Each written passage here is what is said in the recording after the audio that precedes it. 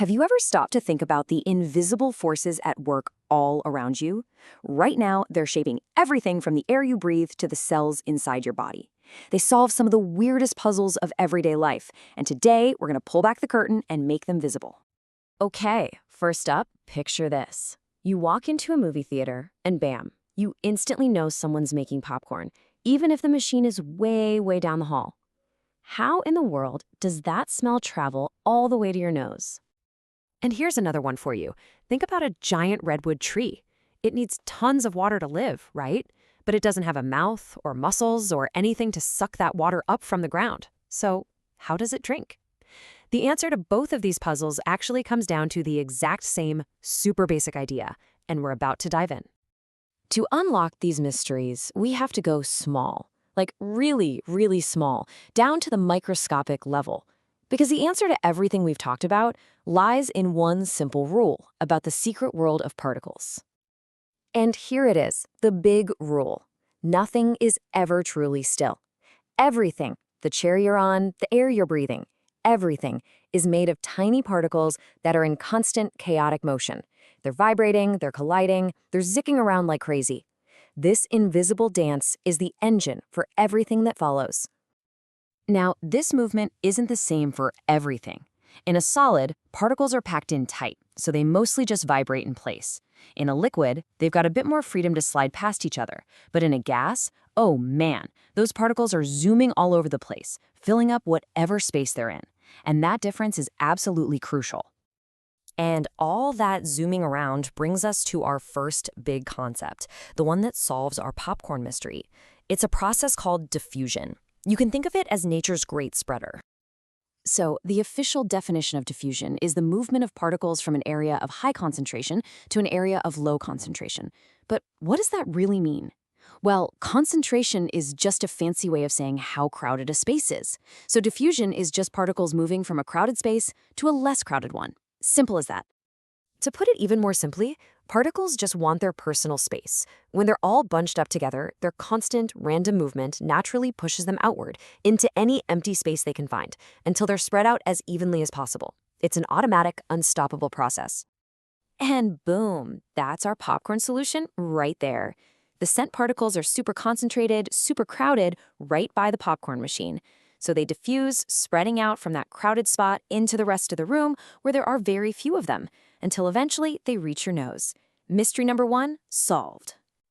You can actually see this for yourself. Just take a glass of water and add a single drop of food coloring. Don't stir it, just watch. Over time, that concentrated little drop will slowly but surely spread out and color the entire glass. That's diffusion, right before your eyes. All right, one mystery down, one to go. What about that drinking tree? Well, the answer is a special type of diffusion. It follows the same basic idea, but with a really important twist. It's called osmosis. See, with osmosis, we're getting way more specific. First, it's not about any old particle moving around. It's only about water. And second, it's not just happening in open space. It needs a special barrier called a semi-permeable membrane.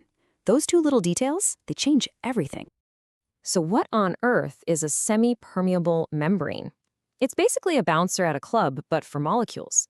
It's a filter with tiny little holes that are just big enough for small water molecules to sneak through, but way too small for bigger particles like salt or sugar. Water gets in, the bigger stuff gets blocked. So let's put them side by side to really nail this down. Diffusion is a free-for-all. Any particle can join the party and spread out. But osmosis is an exclusive club. It's got that bouncer, the membrane, and a very strict guest list, water only. This one difference is what makes life as we know it possible.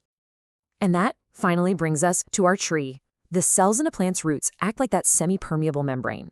There's usually a higher concentration of water in the soil than there is inside the root. So, thanks to osmosis, water automatically moves from the soil through those root cells and into the plant. That's how it drinks. Mystery number two, solved. Okay, so we've cracked the cases. But understanding this difference isn't just for a science quiz. It's absolutely essential for understanding our own bodies and how we stay alive. This chart lays it all out, but here's the bottom line. Diffusion is general, osmosis is specific. Diffusion lets any particles move and it doesn't need a membrane. Osmosis is only water and it always requires a membrane. And that specificity, That focus on water and a filter is what governs every single cell in your body. In fact, getting it wrong can be a matter of life and death. To really get how critical this is, let's ask a pretty serious question. If you're stranded at sea, dying of thirst, why is drinking the ocean water the most dangerous thing you could possibly do? The answer is osmosis. Okay, here's the terrifying process. Your cells are basically little bags of mostly fresh water. Ocean water is incredibly salty, which means it actually has a lower concentration of water. When you drink it, the law of osmosis kicks in. The water inside your cells senses that super salty environment outside, and it rushes out to try and dilute it. Your own cells literally dehydrate themselves from the inside out. They shrivel up and start to fail. It's a tragic reversal of how life is supposed to work. And that's why this matters so much. All of our cells depend on osmosis to keep just the right amount of water inside them. It's this constant, delicate dance that keeps them balanced, healthy, and working properly. It is, without a doubt, absolutely essential for life. So let's bring it all home. We've seen how these two invisible processes solve everyday mysteries and literally sustain life itself. Here are the main things you gotta remember. So, to recap, diffusion is the general spreading out of any old particles, like a scent filling a room or sugar dissolving in your tea. Osmosis is the special case. It's just water moving across a filter, like how plants drink or how our cells stay hydrated. But what do they have in common? They both move from a high concentration to a low one, and they are both happening all the time to keep us alive. You know, when you take a breath, oxygen diffuses into your blood. When a plant gets a drink of water, that's osmosis.